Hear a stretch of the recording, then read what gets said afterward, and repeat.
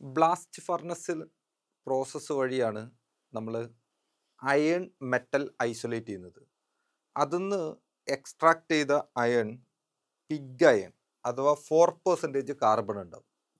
ആ 4% കാർബണുള്ള pig iron ductility, malleability, അടിച്ച് പരത്താനുള്ള capacity ആണല്ലോ മാലിബിലിറ്റി എന്ന് പറയുന്നത്. അതിനെ തിൻ വയേഴ്സ് ആക്കി മാറ്റാനുള്ള കപ്പാസിറ്റിയാണ് നമ്മൾ എന്തെന്ന് വിളിക്കുന്നത്, ഡക്റ്റിലിറ്റി. ഇത് രണ്ടും പറ്റില്ല. ഈ പിഗ് അയൺ ഡക്റ്റൈലും അല്ല, മാലിയബിളും അല്ല. നമ്മളുടെ ഡെയിലി യൂസിന്, നമ്മുടെ ആവശ്യങ്ങൾക്ക് ഉതകുന്ന രൂപത്തിലേക്ക് അയണിനെ എങ്ങനെ മാറ്റാം എന്നുള്ളതാണ് നമ്മൾ സംസാരിക്കുന്നത്. എന്നാൽ സ്റ്റീലുണ്ട്. സ്റ്റീൽ എന്ന് പറഞ്ഞാൽ അയണിലേക്ക് അതർ സബ്സ്റ്റൻസ് കൂടി ആഡ് ചെയ്തിട്ട് അതിൻ്റെ പ്രോപ്പർട്ടി ചേഞ്ച് ചെയ്തതാണ്. ക്ലിയർ? അപ്പോൾ അതിൽ 0.05% മുതൽ 1.5% മാത്രമേ കാർബൺ ഉണ്ടാകാവൂ. സ്റ്റീലിൽ എത്ര ഉണ്ടാവുള്ളൂ? 0.05% ടു 1.5% മാത്രമേ കാർബൺ ഉണ്ടാവൂ. ഇനി ഈ സ്റ്റീലിനെ നമുക്ക് 3ആയിട്ട് ക്ലാസിഫൈ ചെയ്യാം: mild steel, medium steel and high carbon steel. ഈ മൈൽഡ് സ്റ്റീലിൽ 0.05 ടു 0.2% കാർബൺ മാത്രമേ ഉണ്ടാവൂ. അത് മാല്യബിലിറ്റിയും കാണിക്കും, അതേപോലെ തന്നെ ഡക്റ്റൈലുമായിരിക്കും. അടിച്ചു പരത്താനും പറ്റും, തിൻ വയേഴ്സ് ആയിട്ട് മാറ്റാനും പറ്റും.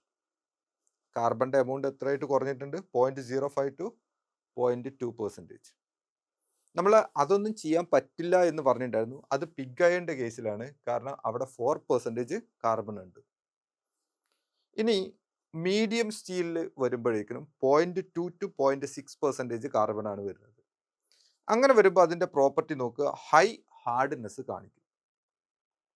ഹൈലി ഹാർഡായിട്ടുള്ള സ്റ്റീലായിരിക്കും 0.2 ടു 0.6% കാർബൺ എങ്കിൽ. ഇനി ഇതിൽ 0.6 ടു 1.5% കാർബൺ ഉണ്ട് എന്ന് വിചാരിക്കുക. അപ്പോഴും അത് സ്റ്റീൽ തന്നെയാണ്, പക്ഷെ അത് ഹൈ കാർബൺ സ്റ്റീലാണ്. കാർബണിൻ്റെ പെർസെൻറ്റേജ് പരമാവധിയാണ്.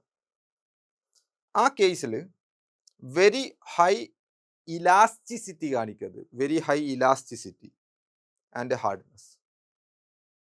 ക്ലിയർ?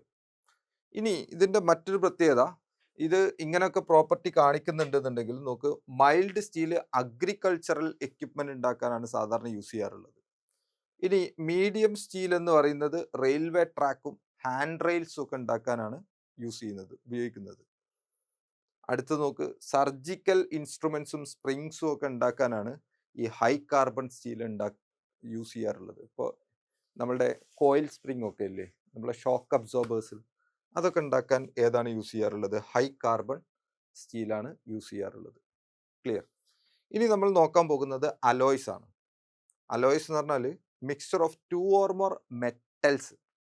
ഒന്നിലധികം മെറ്റൽസ് മിക്സ് ചെയ്തുണ്ടാക്കുന്നതിനെയാണ് നമ്മൾ അലോയ്സ് എന്ന് വിളിക്കുന്നത്. സ്റ്റീലിൽ കൂടുതൽ മെറ്റലുകളല്ല ഉള്ളത്, ഒരു അയേണും പിന്നെ അതിൽ നോൺ മെറ്റലുകളായിട്ടുള്ള കാർബൺ ആണ് ഉണ്ടായിരുന്നത്.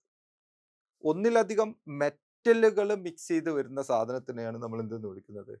അലോയ് എന്ന് വിളിക്കുന്നത്. എന്നുവെച്ചാൽ ഒരു മെറ്റലിന്റെ പ്രോപ്പർട്ടി ചേഞ്ച് ചെയ്യാൻ മറ്റൊരു മെറ്റൽ അതിലേക്ക് ആഡ് ചെയ്യുകയാണെങ്കിൽ, ഒന്നോ അതിലധികമോ മെറ്റൽ ആഡ് ചെയ്യുകയാണെങ്കിൽ അതിനെയാണ് നമ്മൾ എന്ത് വിളിക്കുന്നത്? അലോയ്.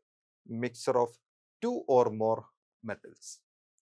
ഇനി ഇത് 3 ഡിഫറെൻറ്റ് ടൈപ്പിലാണ് നമ്മൾ കാണുന്നത്. നമുക്ക് സ്റ്റെയിൻലെസ് സ്റ്റീൽ ഉണ്ട്, മാംഗനൈസ് സ്റ്റീൽ ഉണ്ട്, സിലിക്കോൺ സ്റ്റീൽ ഉണ്ട്. ശ്രദ്ധിക്കണേ, നമ്മൾ നേരത്തെ സ്റ്റീലിനെ ക്ലാസിഫൈ ചെയ്തിട്ടുണ്ടായിരുന്നു, അത് നോൺ മെറ്റൽ ആഡ് ചെയ്തിട്ടുള്ളതായിരുന്നു. ഇത് stainless steel, manganese steel, silicon steel. പേര് കേൾക്കുമ്പോൾ തന്നെ മനസ്സിലാവും ഏകദേശം എന്താണ് എന്നുള്ളത്. ഇത് നോക്കാം നമുക്ക്. സ്റ്റെയിൻലെസ് സ്റ്റീലിന്റെ കമ്പോണന്റുകൾ ഏതൊക്കെയാ നോക്ക്. സ്റ്റെയിൻലെസ് സ്റ്റീലിൽ അയൺ ഉണ്ട്, ക്രോമിയം ഉണ്ട്, നിക്കൽ ഉണ്ട്, കാർബൺ ഉണ്ട്. കാർബൺ അവിടെ തന്നെ ഉണ്ട്, പക്ഷെ അതിലേക്ക് മെറ്റൽ ആഡ് ചെയ്തിട്ടുണ്ട്, ക്രോമിയം നിക്കലും കൂടി. ഇത് കൊറോഷനെ റെസിസ്റ്റ് ചെയ്യും, അതോടൊപ്പം തന്നെ ബ്ലേഡുകളൊക്കെ ഉണ്ടാക്കാനാണ് ഇത് സാധാരണ യൂസ് ചെയ്യാറുള്ളത്. ഇനി മാംഗനീസ് സ്റ്റീലിൽ ഉറപ്പായിട്ടും ആരുടെ പ്രസൻസ് ഉണ്ടാവും? മാംഗനീസ് ഉണ്ടാവും. അപ്പോൾ അയൺ ഉണ്ട്, കാർബൺ ഉണ്ട്, അതിലേക്ക് ഏതും കൂടി ആഡ് ചെയ്തിട്ടുണ്ട്? മാംഗനീസും കൂടി ആഡ് ചെയ്തിട്ടുണ്ട്. ഇവിടെ അയൺ ഉണ്ട്, കാർബൺ ഉണ്ട്, അതിൽ ആരും കൂടി ആഡ് ചെയ്തിട്ടുണ്ട്? ക്രോമിയം നിക്കലും കൂടി ആഡ് ചെയ്തിട്ടുണ്ട്. ഇനി മാംഗനീസ് സ്റ്റീലിന്റെ പെക്യുലാരിറ്റി, ഡ്രില്ലുകൾ ഉണ്ടാക്കാൻ, സേഫ്സ് ഉണ്ടാക്കാൻ, റെയിൽവേ ട്രാക്കുകൾ ഉണ്ടാക്കാനൊക്കെയാണ് ഏത് യൂസ് ചെയ്യുന്നത്? മാംഗനീസ് സ്റ്റീൽ യൂസ് ചെയ്യുന്നത്. ഇനി അടുത്തത് സിലിക്കോൺ സ്റ്റീൽ ഉണ്ട്, ഉറപ്പാണ്. അയൺ ഉണ്ട്, കാർബൺ ഉണ്ട്, അതിന് അഡീഷണൽ ആയിട്ട് ഏത് വരുന്നുണ്ട്? സിലിക്കൺ വരുന്നുണ്ട്. അപ്പോൾ നിങ്ങളോട് എക്സാമിന് ചോദിക്കുമ്പോൾ സിലിക്കൺ സ്റ്റീലിലെ കമ്പോണന്റ് ഏതെന്ന് ചോദിക്കാനുള്ള സാധ്യത വളരെ കുറവാണ്. അയണും കാർബണും അഡീഷണൽ ആയിട്ട് സിലിക്കൺ ആണ്. മാംഗനീസ് സ്റ്റീലിന്റെ കമ്പോണന്റുകൾ ഏതൊക്കെയാണെന്ന് ചോദിക്കാനുള്ള സാധ്യതയും വളരെ കുറവാണ്. കാരണം അയണും കാർബണും അഡീഷണൽ ആയിട്ട് അതിൽ മാംഗനീസ് ആണുള്ളത്. എന്നാൽ സ്റ്റെയിൻലെസ് സ്റ്റീൽ ഒരു പക്ഷേ നിങ്ങളോട് ചോദിക്കും കമ്പോണന്റ് ഏതൊക്കെയാണ്. കാരണം അതിൽ അയണും കാർബണും അഡീഷണൽ ആയിട്ട് പേരുമായിട്ട് ഒരു ബന്ധവുമില്ലാത്ത ക്രോമിയം നിക്കലുമാണ് അവിടെ പ്രസന്റ് ആയിട്ടുള്ളത്. അപ്പോൾ അത് ചോദിക്കാനുള്ള സാധ്യത വളരെ കൂടുതലാണ്. ഓർത്തു വെക്കണേ.